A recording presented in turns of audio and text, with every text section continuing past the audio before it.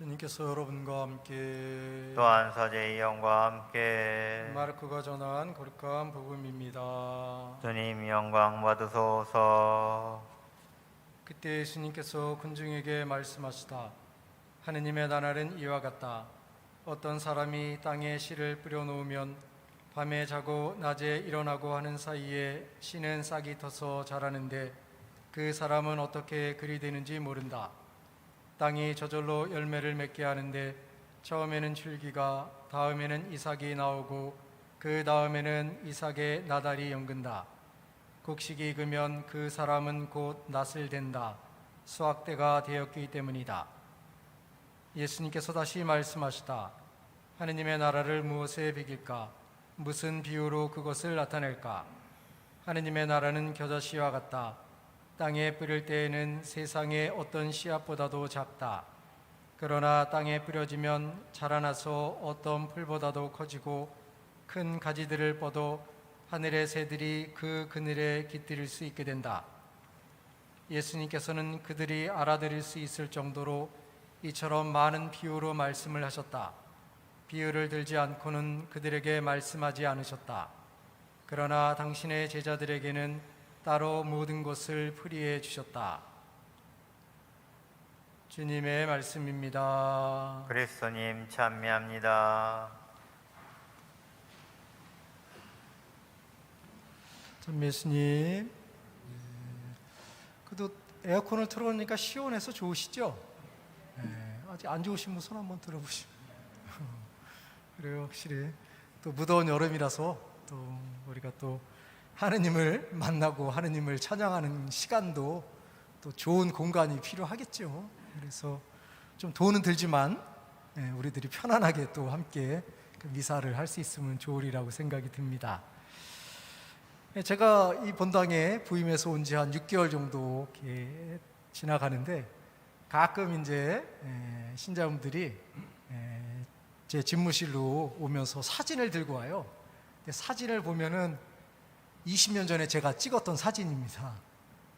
여러분들 아시겠지만 제가 20년 전에 우리 본당의 모 본당인 룩가성당에 이제 보좌 신부로 있었기 때문에 그 당시에 제가 유아 세례 집전하거나 아니면 이제 처녀 성취하면서 아이들을 이렇게 교육을 시켰던 그 사진을 갖고 와가지고 이 사진에 나오는 얘가 이렇게 컸습니다라고 알려주는 거예요.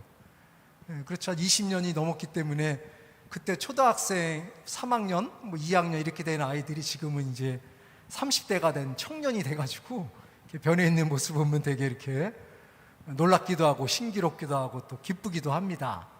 특별히 그때 초등학생이었던 아이들이 이제 청년이 돼가지고 청년의 활동도 하고 또는 이제 성령기도에 가가지고 신자로서 자신의 삶을 이렇게 잘 추스려 나간다는 이야기를 들을 때는 너무도 기쁘고 또 한편으로 되게 이제 신비스러운 거죠.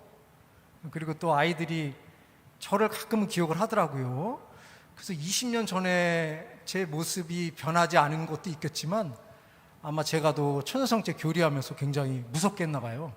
그러니까 아이들이 그걸 다 기억을 하고 있는 걸 보면은 좀 미안한 마음도 들기도 하지만 어쨌든 그 아무것도 모르던 예수님이 누구인지도 모르던 그 아이들이 이제는 예수님을 따르겠다고 또 예수님을 믿겠다고 예수님을 고백하려고 하는 그 모습으로 이렇게 성장했다는 생각을 해보면 참 신비로운 거죠.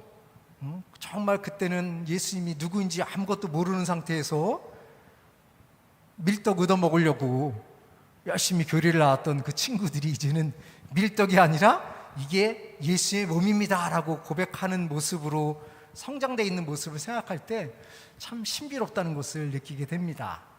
그러면서 우리 인간들이 갖고 있는 그 하느님에 대한 사랑, 어떤 잠재성 그리고 가능성들이 무한하게 열려 있는 것을 생각해 볼 때 우리는 나이를 먹었다고 해서 성장이 멈추는 것이 아니라 나이를 먹었다 하더라도 끊임없이 죽는 날까지 변화되고 성장해 나가는 그런 잠재적인 가능성을 갖고 있다는 것을 생각할 때 우리 인간이라는 존재가 얼마나 오묘한가 하는 것을 다시 생각하게 됩니다.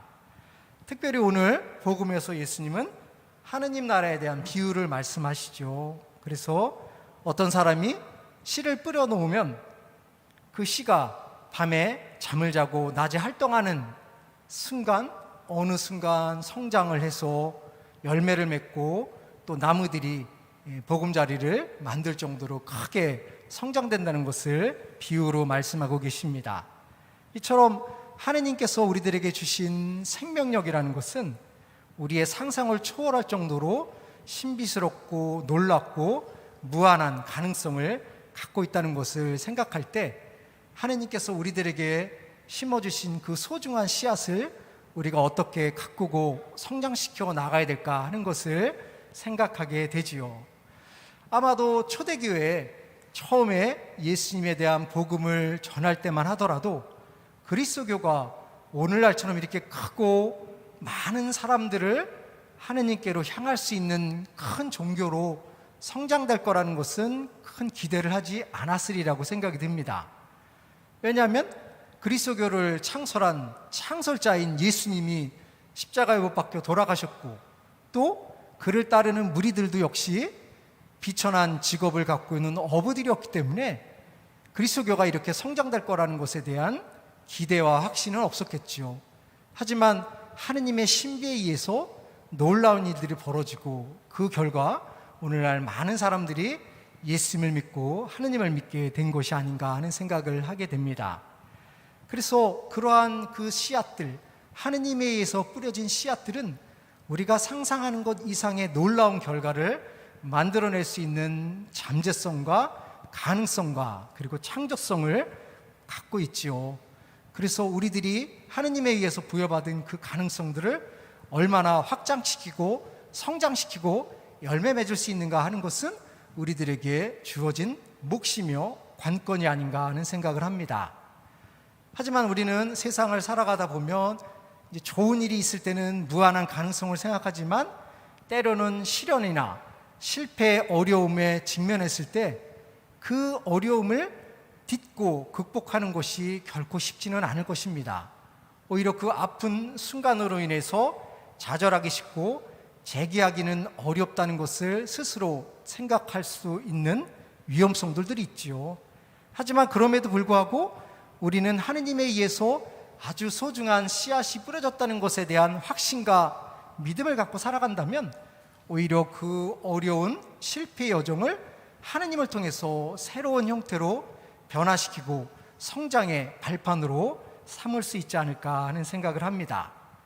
때로는 하느님이 나에게 주신 씨앗이 너무 작아, 또는 하느님이 나에게 주신 씨앗이 내가 살아가고 있는 환경에는 맞지 않아 라고 부정적으로 생각할 수 있지만 하느님이 주신 씨앗은 우리들의 상상을 초월하는 것이라는 것을 의식할 때 어느 환경에 있든 어떤 씨앗의 종류이든 우리가 노력한다면 하느님께서는 우리의 노력에 부합된 은총과 열매를 맺을 수 있는 강력한 힘을 나눠주실 것입니다.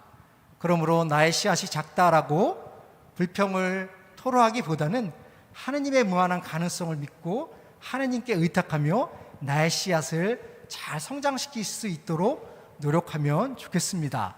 때로는 비가 오고 바람이 분다 하더라도 주님의 은총은 무한한 것이기 때문에 우리들의 노력만 첨가가 된다면 하느님의 힘에 의해서 큰 나무, 아름다운 열매를 맺을 수 있으리라고 생각이 듭니다.